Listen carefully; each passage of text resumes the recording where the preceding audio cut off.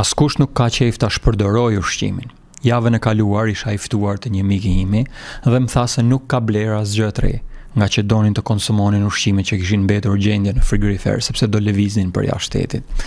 Pra, nuk donin që të tepronin gjëra në shtëpi që pastaj të kalbeshin në frigorifer. Prishja e ushqimeve më zemron edhe mua, jo vetëm ata. Ashtu siç zemron çdo tjetër në përbot, sepse si qenie njerëzore ne e dim shumë mirë se sa i vlefshëm është ushqimi. Dhe ta lësh ushqimin të shkojë dëm, të duket si të nxjerrësh një tufë me para nga xhepi dhe tu vësh flakën. Pse ndodh kjo? Sepse ne kemi nevojë për ushqim që të qëndrojmë gjallë. Shumë e thjeshtë. Është burimi ynë kryesor. Megjithatë, për ndonjë arsye të pakuptueshme, për një çudi të madhe, kur vjen puna tek aftësitë tona, aftësit pra, ke parasysh, e vetmja gjë që zotrojmë dhe që na lejon të krijojmë burime të pakufizuara, që të fitojmë ato para në radhë parë, njerëzit nuk duket se zemrojnë shumë për këtë, dhe i lënë aftësitë e tyre të atrofizohen, të shkojnë dëm. Kjo është ajo gjëja që më shqetëson në thelb me këtë lëvizjen e inteligjencës artificiale.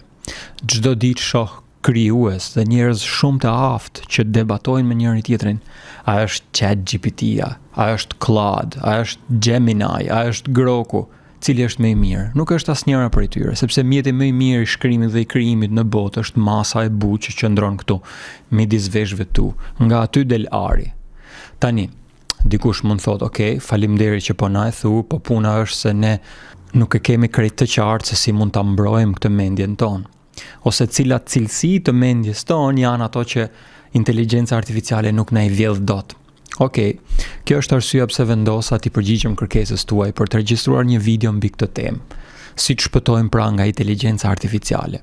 Përpara se të shkojmë atje, duhet flasim për 3 përmbysje të mëdha që kanë ndodhur përgjatë historisë dhe për përmbysjen e 4, e cila po ndodh më përpara syve tanë. Përmbysja e parë, kur toka u bë e tepërt, për 10.000 vjeçar, motori i qytetërimit ka funksionuar mbi një logjik krejt të thjeshtë dhe brutale. Kontrollo tokën, kontrollo botën. Çdo perandori që nga Sumerët deri në Spanjë u ndërtua mbi këtë ekuacion. Tokë do të thoshte ushqim, ushqim do të thoshte mbijetesë, mbijetesë do të thoshte pushtet. Shumë e thjeshtë. Faraonët e matnin fuqinë e tyre me fushat e lagura nga Nili, romakët me arat e grurit. Kjo ishte epoka e dominimit me tokë. Ajo krijoi edhe një lloj të veçantë njeriu. Fshatarët ishin fjalë për fjalë të lidhur me tokën, bujkrobër, vlera e cilëve llogaritej nga hektaret që mund të punonin. Fisnikëria nuk ishte thjesht e pasur. Ajo konsiderohej ontologjikisht e ndryshme. Sikur gjaku i tyre pra, përmes pronës dhe titullit, të ishte shndërruar në diçka më të rafinuar, që masa me balt nuk e kishte. Fisnikëria nuk shiheshin vetëm si njerëz me më shumë para apo me më shumë prona. Ata perceptoheshin si një lloj tjetër qenjeje, në nivel natyror, gjenetik dhe kozmik pra. Çarja e parë e këtij sistemi të vjetër u shfaq në Venecia, një qytet pa pothuajse asnjë lloj toke bujqësore. Për të përmendur, e dini si është Venecia, ujë. E megjithatë, ai u bë qyteti më i pasur në Evropë, duke kuptuar se kontrolli i rrjedhës së mallrave, tregtisë pra, kishte më shumë rëndësi se sa kontrolli i tokës që i prodhonte ato. Pastaj, rreth vitit 1750, çarja që u krijua në Venecia e sistemit të vjetër ekonomik u thellua edhe më tej dhe e shembi gjithë sistemin e vjetër. Një prodhues instrumentesh skocez me emrin James Watt shtoi një kondensues të veçantë në një motor me avull. Një përmirësim në dukje krejt i vogël, por që i dha fund një bote të tërë. Tani fabrikat po prodhonin më shumë tekstile në një ditë se sa 100 fshatra në një vit. Ekuacioni ishte përmbysur pra. Një tregtar i zgjuar pa tokë ishte tani i fuqishëm dhe një mbret i marr me shumë fusha pjellore ishte një relike e kohës. Burimi i vlerës ishte zhvendosur pra nga ajo që zotëroje tek ajo që mund të organizoje, nga hektaret tek fabrikat, nga toka tek sistemet, nga pasuritë statike tek rrjedha dinamike e linjës së montimit dhe prodhimit. Përmbysja e dytë, kur duart u bën të tepërta. Epoka e dominimit të punës në fabrika, pra zgjati 2 shekuj. Mjaftueshëm gjatë sa të duke e përhershme, sikur njerëzit gjithmonë do punonin në fabrika tërë jetën e tyre. U krijuan sindikatat, u fituan drejtat e punëtorëve, dita 8 orëshe e punës, fundjava. Vetë ideja se punëtorët ishin qenie njerëzore, pra dhe jo thjesht input e prodhimi, fituan të drejta. Duke sikur po shkonim drejt një ekuilibri të qëndrueshëm. Por ndërsa lëvizja punëtore festonte fitoret e saj, toka po lëkundej sërish. Në vitin 1947, Bell Laboratories shpiku tranzistorin, dhe deri në vitin 1970 një kompjuter mund të drejtonte një linjë prodhimi të vetme.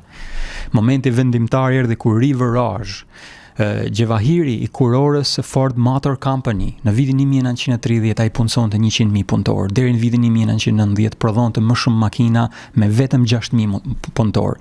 94.000 që mungonin nuk gjetën më punë më të mira, ata nuk gjetën punë fare. Makinerit pra nuk po e ndihmonin më punën njerëzore, ato e zëvendësuan krejt atë. Kjo ishte epoka e dominimit të kapitalit. Vlera nuk ishte zhdukur, ajo ishte zhvendosur. Një inxhinier i vetëm në Microsoft, duke shfrytzuar kapitalin e softwareit, mund të krijonte më shumë vlerë se sa 1.000 punëtorë në një linjë montimi. Fitimet pra nuk shkonin më te ata që punonin, djersinin më fort, por tek ata që zotronin programet e prodhimit, algoritmet pra. Dhe gjithnjë më shumë, mjetet e prodhimit nuk ishin më fabrika, por algoritme. Aftësia pra për të shkruar një kod një herë të vetme dhe për ta bërë ato që të krijojë një cikël vetë përforcues për të gjeneruar të ardhura pothuajse përgjithmonë. Kjo ishte epoka e algoritme. Përmbysja e tretë nga kapitali tek rrjetat. Kalimi nga dominimi i punës pra tek dominimi i kapitalit me algoritme ishte traumatik, por i kuptueshëm. Një fabrik mund ta shihje pra, makineritë mund t'i prekje. Por rreth vitit 2000 filloi të ndodhte diçka edhe më çuditshme. Vetë kapitali nisi të çmaterializohej. Mendoje kështu.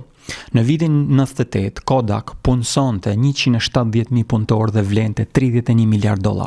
Në vitin 2012, Facebook e bleu Instagramin për $1 miliard. Instagrami aso kohë kishte vetëm 13 punonjës. Asnjë fabrik, asnjë inventar, asnjë produkt fizik, vetëm aftësinë për të organizuar vëmendjen njerëzore në shkallë masive. E gjithë industria e fotografisë u zhduk brenda më pak se një dekade. Jo sepse njerëzit ndaluan se bëri fotografi, por sepse filluan të bëjnë fotografi të pafundme. Mungesa pra rrallësia, ekskluziviteti që u jepte vlerë fotografive u zhduk. WhatsApp u shit për $19 miliard me vetëm 55 punonjës, duke shkatruar industrinë globale të SMS-ve dhe qindra mijëra vende pune të lidhura me të. Vlera pra ishte shndërruar në diçka të re, jo më një send për të shitur, për jo më një proces për të përsëritur automatikisht me algoritme, por të struktura e padukshme e vetë rrjetit, një rrjet i merimangt për fshirjeje dhe vëmendjeje, kur mendja u bë e tepërt. Tani, mbrim në të tashmen, përmbysja e fundit, ajo nga e cila nuk ka kthim më pas. Me 30 nëntor 2022-shit, gjithçka ndryshoi. OpenAI publikoi ChatGPT-n për publikun. Brenda 5 ditësh 1 milion përdorues, brenda 2 muajsh 100 milion. Adoptimi më i shpejti çdo lloj teknologjie në historinë e njerëzimit. Por shpejtësia nuk është thelbësorja këtu, thelbësor është kuptimi i saj. Për gjithë historinë njerëzore, inteligjenca ka qenë një formë punë mendore pra, e rrallë, veçantë, unike dhe e mbyllur brenda kafkës njerëzore. Çdo inteligjencë dilte nga kafka e njeriut. Tani, për herë të parë, në 10.000 vjet, inteligjenca është bërë një formë kapitali. Ajo mund të kopjohet pafundësisht, përmirësohet në mënyrë ciklike. Ta bëj më konkrete këtë gjë. Në fillim të vitit 2023, një shkrues tipik në Shtetet e Bashkuara të Amerikës fitonte rreth $35 në orë. Në mars të 2023-shit, pas përhapjes masive të ChatGPT, kushtonte $0.002 për 1.000 tokens, duke e quar çmimin e teksteve të shkurtra të shkruara në fraksione centi. Kjo nuk është thjesht përmirësimi i produktivitetit, është një listë e re çmimesh për punën mendore. Por ndryshimi më i thellë nuk është vetëm tek inteligjenca artificiale se ajo zëvendëson mendjen. Nuk është këtu më e thella, është se ajo po fut në botën tonë një formë të re pune me një bazë fizike krejt tjetër. Kjo është ajo që quhet shkëputja metabolike, pra inteligjenca nuk rrjedh më vetëm nga kafka e njeriut, por edhe nga telat, nga silikoni. Shkëputja metabolike. Për 10.000 vjet, çdo punë është kryer nga motor metabolik, pra të quajtura qenie njerëzore. Ne kemi nevojë për ushqim, për streh, për pushim dhe një strukturë komplekse shoqërore për të funksionuar si qenie njerëzore. Vlera jonë ekonomike, pra, ka qenë e lidhur pasgjithshmërisht me biologjinë tonë. Që të punojmë, mendja ime ka nevojë për oksigjen, glukozë, proteina, të ushqehet pra, ndryshe nuk jep rezultate. Inteligjenca artificiale dhe robotika prodhojnë punë fizike dhe mendore, jo metabolike. Ato kërkojnë vetëm energji elektrike, nuk kanë procese biologjike për të mbështetur. Nuk kanë nevojë për pushime vjetore, nuk duan fundjava, nuk duan tetorarësh, nuk duan leje lindje, nuk duan raporta mjekësore, nuk kërkojnë rrogë të 3, nuk kërkojnë rritje rroge apo pagë të 13, nuk kërkojnë pushim dreke. Prandaj kjo përmbysje e katërt është përfundimtare, që jep fund sistemit ekonomik aktual të botës. Kur duart pra u bën të tepërta, ne u mbështetëm tek mendjet tona. Por tani kur mendjet tona te i kalohen nga një formë tjetër mendje që nuk ka nevojë të haj, të flej apo të jetoj, nuk na mbetet më asgjë tjetër ku të mbështetemi si njerëz, cila është pika jonë e fortë tani më. Nëse mendja ime nuk mund të prodhoj vlerë ekonomike, pra, duart jo e jo, atëherë çfarë tjetër më mbetet? Ku ta bazoj tani ekzistencën time? Nuk po përballemi pra thjesht me një konkurrent më efikas, po hym në një formë krejt tjetër jete ekonomike. Kjo është ajo që duhet kuptoni nga kjo video. Matematika e vjetërsimit, ose matematika e daljes jashtë përdorimi. Kjo është matematika brutale që asnjë politikan nuk do ta thot me zot lart kur vjen puna për shumicën gjithnjë më të madhe të punëve që kërkojnë punë mendore. Vlera ekonomike e një njeriu nuk është thjesht më e ulët se ajo e një inteligjencë artificiale, ajo është negative. Mendo për kostot totale të një punonjësi të dijes. Paga, përfitime, zyra, menaxhim, trajnim, ditë raporte i sëmur, rreziku i largimit. Tani mendo për një AI. Tarifat e API-s, e apit dhe energjia elektrike asgjë tjetër. Ai punon 24 orë për 7 ditë me cilësi të qëndrueshme, nuk interpreton urdhrat tua si kritika personale, nuk ka nevojë për motivim, nuk krijon klika brenda kompanisë, nuk largohet për oferta më të mira të kompetitorët. Një radiolog trajnohet 13 vjet dhe fiton rreth $400.000 në vit në Amerikë. Sot, inteligjenca artificiale diagnostikon shumë lloje kanceri më saktë se sa njerëzit, radiologët njerëzor. Jo afër, por më mirë se ata. AI-a e radiologjisë kushton $100 për çdo skanim dhe bëhet më e zgjuar pas çdo diagnoze. Radiologu njerëzor paguhet njësoj, pavarësisht nëse po lexon skanimin e parë apo të një mitin. AI-a përmirësohet dhe bëhet më e lirë pra. Njeriu thjesht lodhet me kohën. Kompanitë të tilla si S&P 500 e kanë kuptuar këtë gjë prej kohësh. Të ardhurat e tyre rriten, ndërsa numri punonjësve vetëm sa vjen e bie. Ata nuk po presin pra përmirësimin e kushteve ekonomike. Ato po presin që inteligjenca artificiale të bëhet pak më e zgjuar për të mos patur më nevojë fare për njerëzit. Asnjë pikë tjetër për të mbështetur. Në të kaluarën, çdo ndryshim i madh ekonomik i lindte njerëzit me një lloj rrugdaljeje pra. Kur toka humbi rëndësinë, njerëzit kaluan tek duart e tyre, shkuan në fabrika. Kur fabrika humbi rëndësinë përballë algoritmeve, njerëzit u bën punonjës të dijeve. Kur puna e dijes po e humbet pra këtë rëndësi përballë inteligjencës artificiale, çfarë do të bëjmë ne?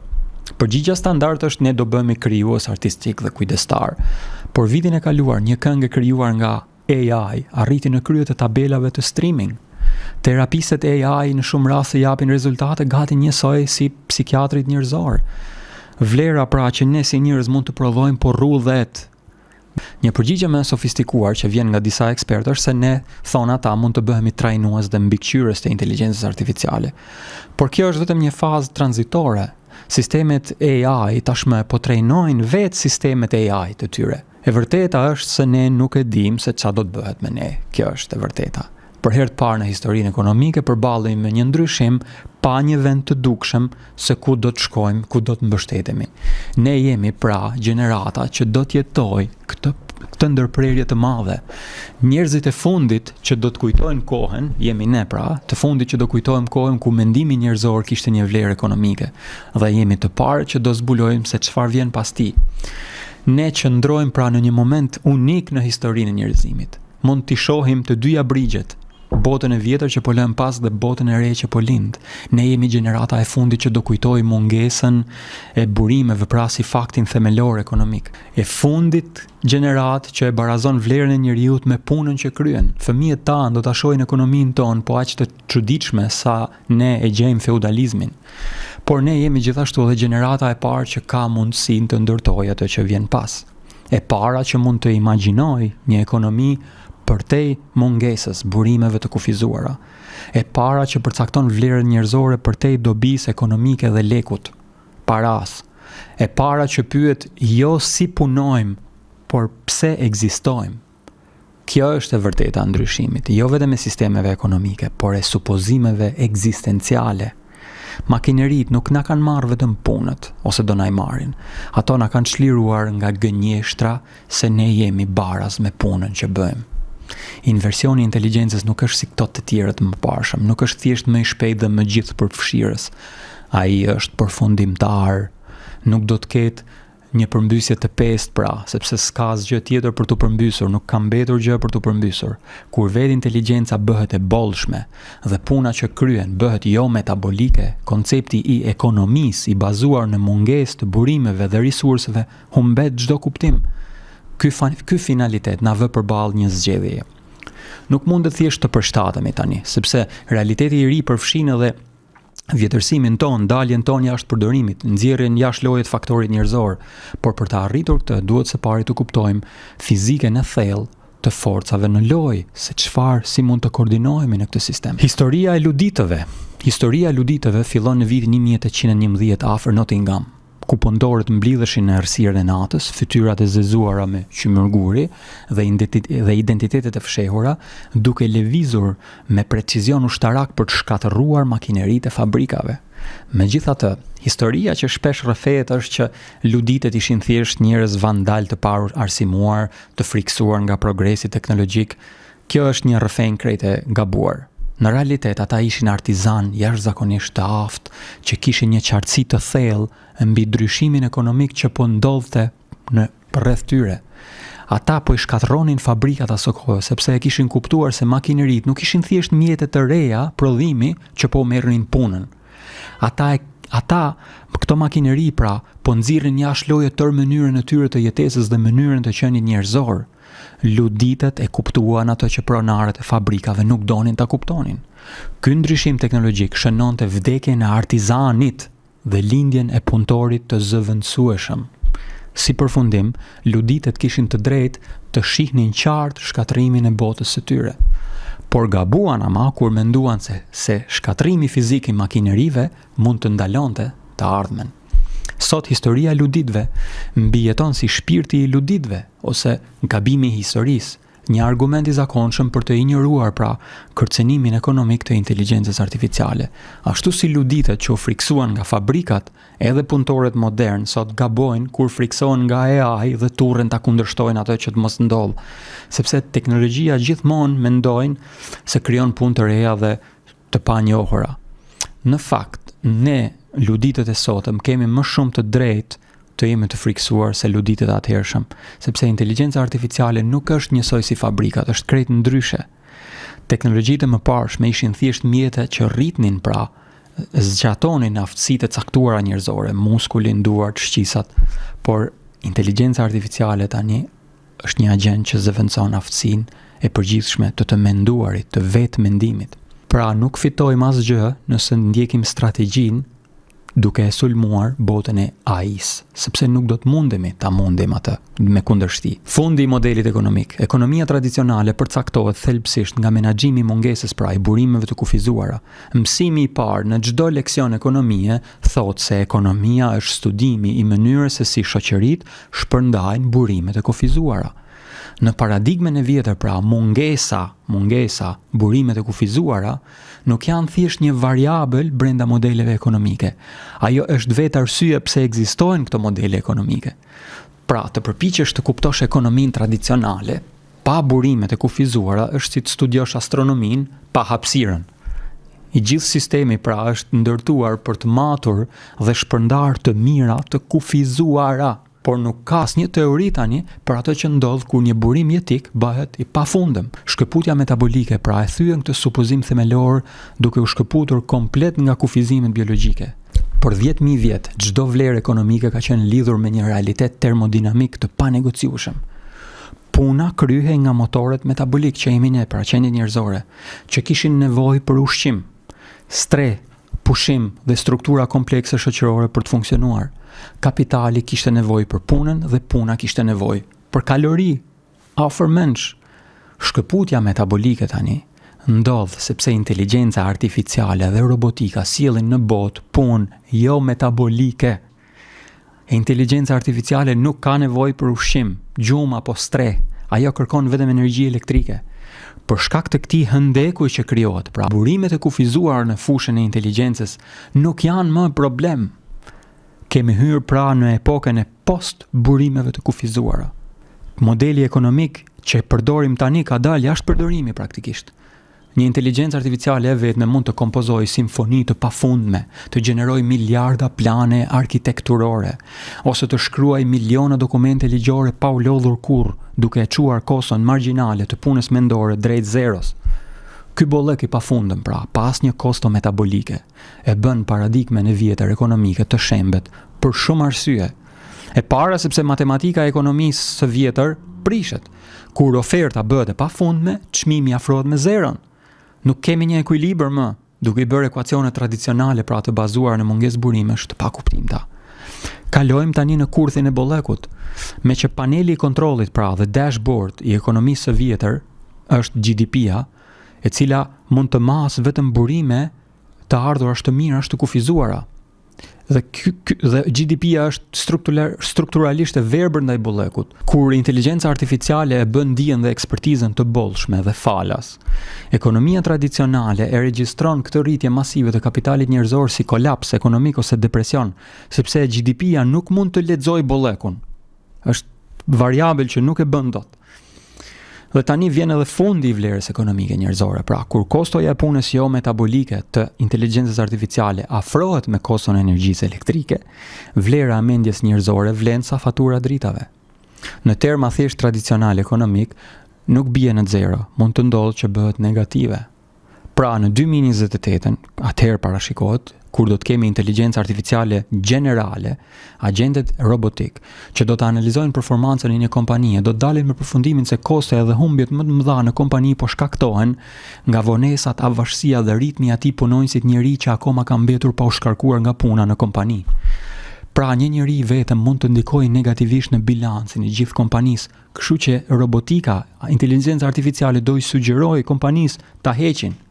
Në fund, kur inteligjenca artificiale bëhet e bollshme dhe puna që përdor atë nuk ka më nevojë biologjike, oksigjen dhe bukë, vetë koncepti i ekonomisë të bazuar në burime të kufizuara e ka humbur kuptimin. GDP, paneli i çmendurisë.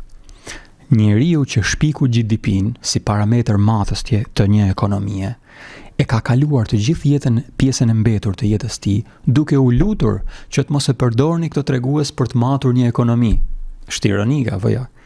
Pra, nëse po ndodh ky ndryshim masiv i botës, që e përshkruam më lart, pse grafiket ekonomik tani nuk e tregojnë këtë realitet? Pse nuk na sinjalizojnë? Sepse GDP-ja është një tregues qorr që nuk e mat një ekonomi në të vërtetë, edhe pse shtetet ngulmojnë ta përdorin.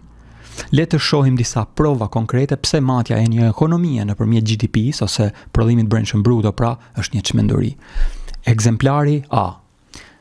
Një tërmet shkatron tërësisht një qytet. Një tragjedi njerëzore apo jo, një katastrofë absolute. Por për GDP-n është një paketë stimuluese. Vetë shkatrimi nuk matet, por të gjitha rindërtimet e nxituara dhe të shtrenjta shfaqen dhe maten si një rritje e madhe ekonomike. Dhe tani gjëja bëhet akoma më perverse. Një rast i vetëm kanceri mund të gjenerojë afro $500 milion aktivitet ekonomik nga testet, kirurgjitë, medikamentet, çfarëdo që të jetë tjetër. Pra, sipas kësaj logjike, parandalimi i kancerit është një fakt që krijon humbje ekonomike për GDP-n. Dhe një kur që do të ndalonte të gjithë këtë shpenzim do të ishte një katastrofë ekonomike për të gjithë zërat e GDP-s në sektorin e kujdesit shëndetësor. Kjo është jo vetëm çmenduri, por edhe perversitet. Dhe ja një shembull i fundit. Një familje e qetë dhe e lumtur që jeton në harmoni nuk kontribon ose kontribon shumë pak te GDP-ja, por një divorc, kjo krijon dy familje tani. Me njëherë do dyfishon konsumin e gjërave si banesa, pajisje shtëpiake, automjete, internet. Krijon vende pune për avokat dhe terapist. Rënja sociale, pra degradimi social, regjistrohet fjalë për fjalë në librat kombëtar si rritje ekonomike. Në çdo vend që GDP-ja merret si tregues kryesor i performancës ekonomike të një shteti ka perversitet ekonomik. Pra pas gjithë kësaj, duhet të bëjmë një pyetje të thjeshtë tani. Nëse GDP-ja na çon në një rrugë të gabuar, nëse shpërblen shkatërimin dhe dekadencën, çfarë duhet të masim në vend të kësaj? Si të ndërtojmë një dashboard të ri, një kompas të ri për të lexuar ekonominë. Dhe kjo është ekonomia e re që propozojnë ekspertët, mendjet më të ndriturat e botës sonë. Se si ngjan kjo formë e re e modelit ekonomik nuk është tema e sotme për ne. Do të trajtojmë një herë tjetër sepse është shumë interesante dhe e kam me shumë pasion. Sot ne duam dim çfarë bëjmë për veten tonë. Personalisht si duhet të orientohem tani me këto ndryshime të mëdha ekonomike. Imuniteti. Si ta shpëtojmë veten pra? Kjo është çështja. Tani që as mendja jon nuk na jep ndonjë avantazh, me çfarë të merremi ne si njerëz? Kjo është pyetja e thellë që çdo kujt i ngjall pa siguri, pa qartësi për veten, për të ardhmen, për familjen.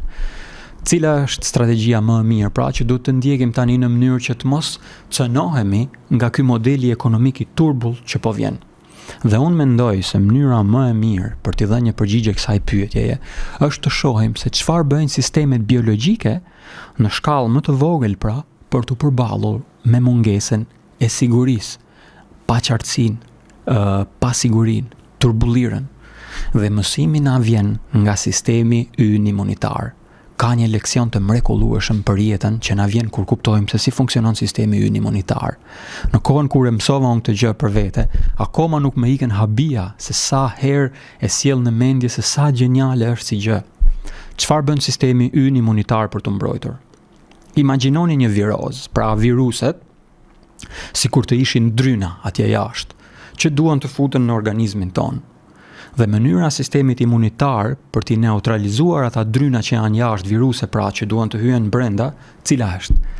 Të gjej çelësin që e hap dhe në momentin që dryni hapet, virusi pra nuk ka efekt negativ mbi organizmin, është neutralizuar. Kjo është pak a shumë në thelb mënyra se si funksionon sistemi ynë imunitar.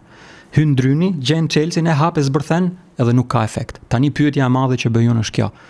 Nëse në ajër apo midis specieve apo në laboratore apo atje jashtë në botë janë tërkohës duke u krijuar mutacione të reja, pra forma të reja drynësh, për të cilat sistemi ynë imunitar që është tu brenda s'ka një uri, si do e di ai çfarë ndodh jashtë. Këto molekulat e mia këtu pra brenda nuk e din çfarë kombinacionesh virale po krijohen atje jashtë në botë, në stinën e ardhshme që do të vinë në gripin e ardhshëm. Ne nuk kemi, molekulat tona s'kan aftësi telepatike. E megjithatë, kur strina e gripit vjen, ne ja dalim t'i kapërcejmë viroza gjithnjë. Si shpjegohet pra, nga e mësuan këtu brenda çfarë ndodh atje jashtë. Nga e zbuloi sistemi im imunitar që kombinimi i ri që do vi në këtë sezon gripi, do hyjë në organizmin tim dhe unë do ta zbërthej. E po këtu qëndron genialiteti, sepse sistemi imunitar është metaforikisht një fabrikë e madhe çelësash. Edhe atëherë kur nuk ka viroza në qarkullim, sistemi ynë imunitar nuk e ndërpret punën e prodhimit të çelësave të rinj këtu brenda. Edhe pse nuk i duhen fare për momentin, vazhdon prodhon pa pushim çelësa, edhe pse nuk do t'i duhen tani për tani. Pra, norma e llojshmërive larmisë së çelësave të brendshëm është më e lartë gjithmonë se norma e llojshmërive larmisë së viruseve atje jashtë. Pra, cili është mësimi këtu? Sistemi imunitar këtu brenda e përballon paqartësinë atje jashtë që do vi, pra, do futet brenda nëpërmjet diversitetit, larmisë, dhe diversiteti është një koncept kyç në lidhje me çdo gjë tjetër në natyrë, në teorinë e sistemeve. Diversiteti funksionon si siguria themelore kundër pasigurisë brenda një sistemi ekonomik apo gjallë, duke ofruar qëndrueshmërinë e nevojshme për të mbijetuar goditjeve të paparashikuara të sistemit. Në kuadrin e ekonomisë inteligjente, kjo formalizohet si kapitali i diversitetit, i cili përfaqëson pra larminë e qasjeve, perspektivave dhe mundësive që një sistem mban brenda vetes tij.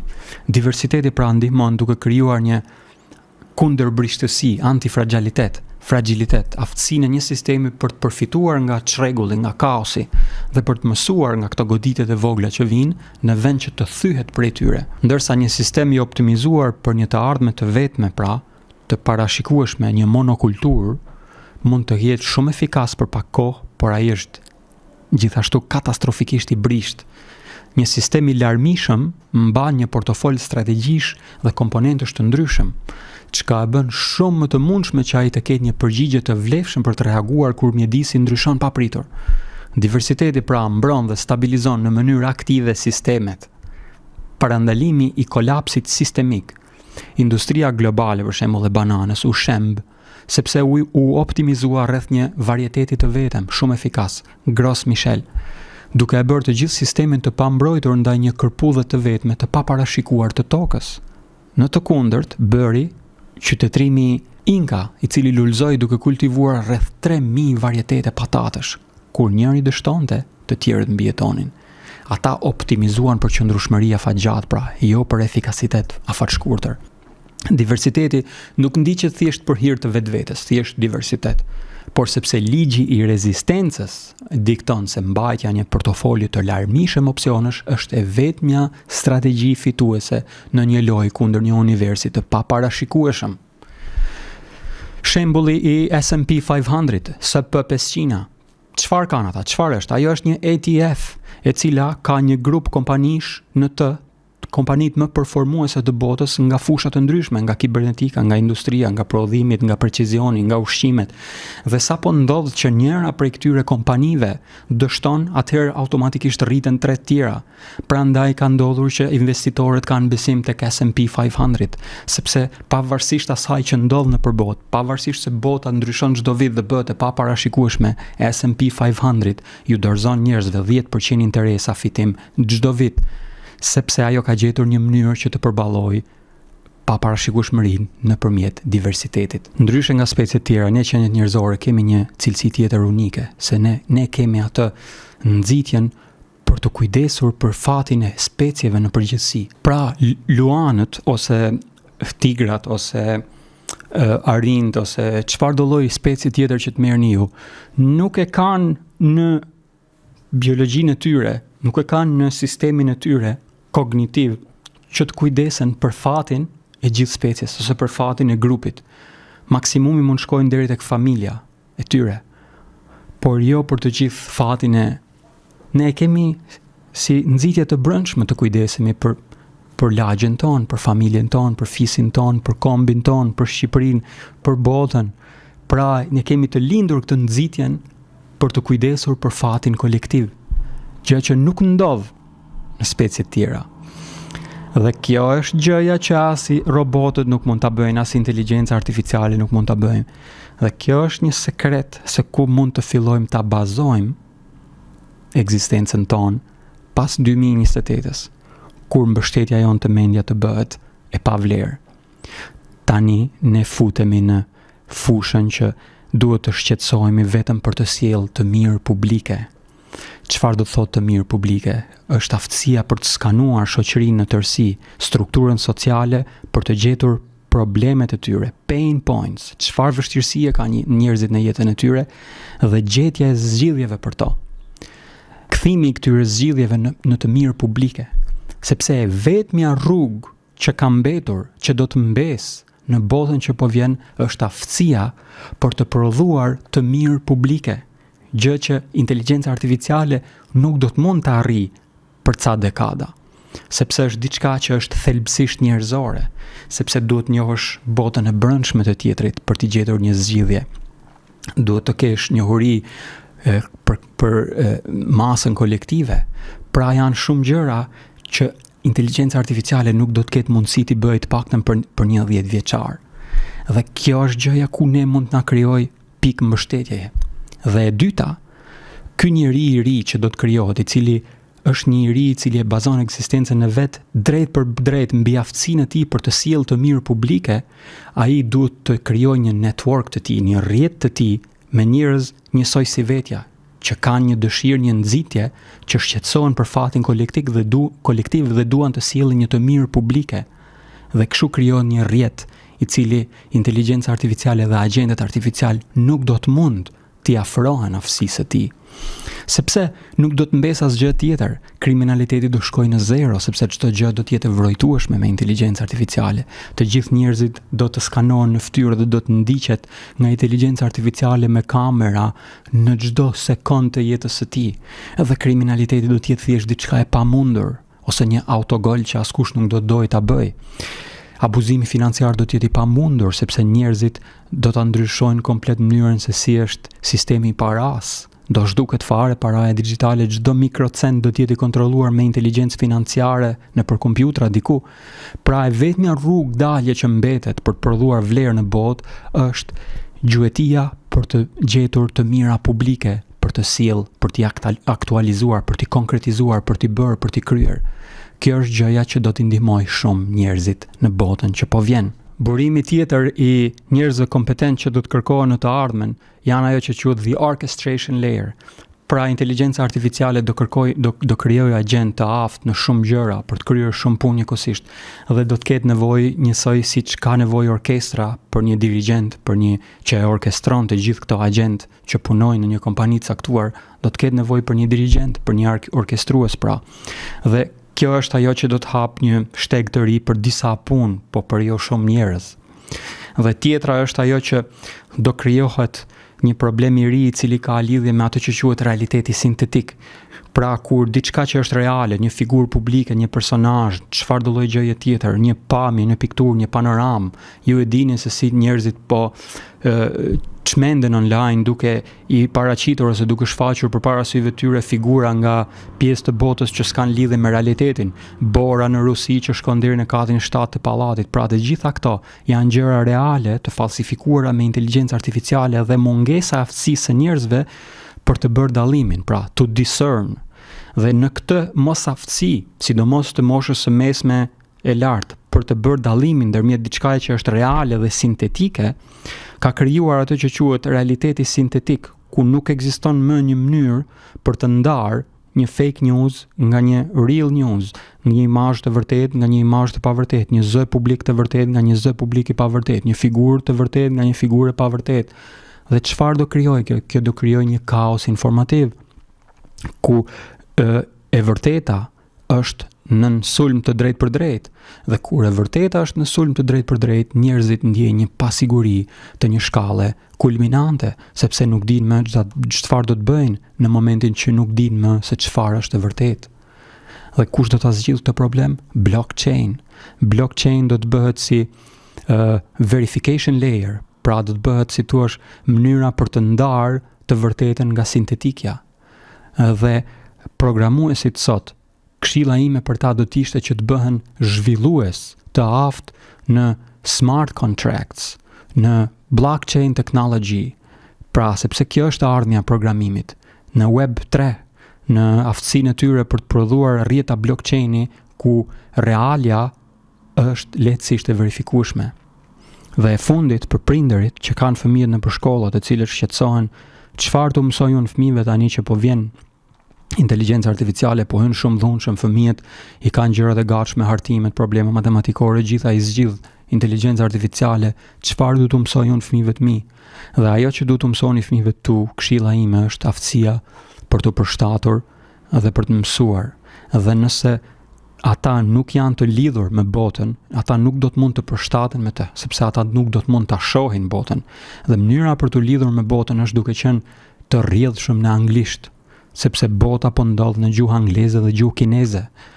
Nëse nuk mund të mësosh gjuhë kineze është një investim ndoshta paksa më i fortë dhe afatgjat, por ama njohja e anglishtes, të paktën lidhja, futja në prizë e vetes me shumicën e globit është diçka që nuk mund ta negocioni. Fëmijët tuaj duhet të bëhen të rrjedhshëm në anglisht, duhet të bëhen të zotët në anglisht, në të folur, në të shprehur, në të lexuar, që të jenë të lidhur me botën dhe të koordinohen çfarë po ndodh me botën. Kështu që po, gjëja më e rëndësishme për fëmijët e tuaj në këtë moment është të bëhen të zotët dhe fluent të rrjedhshëm në anglisht. Kjo është këshilla ime për prindërit dhe për çdo njeri tjetër i cili e ka me dyshime atë mësoj anglisht apo jo. Dhe për ata që janë më të avancuar dhe nuk janë dembel, nuk përtojnë për dijen, është gjuha kineze. Okej? Më thoni nëse do doni që të vazhdoj me këtë temën, të flas për modelin e ri ekonomik që propozojnë ekspertet, edhe për materiale tjera që lidhen me këtë deg, pra me qasjen e ekonomisë botërore dhe kërcënimi i saj nga inteligjenca artificiale.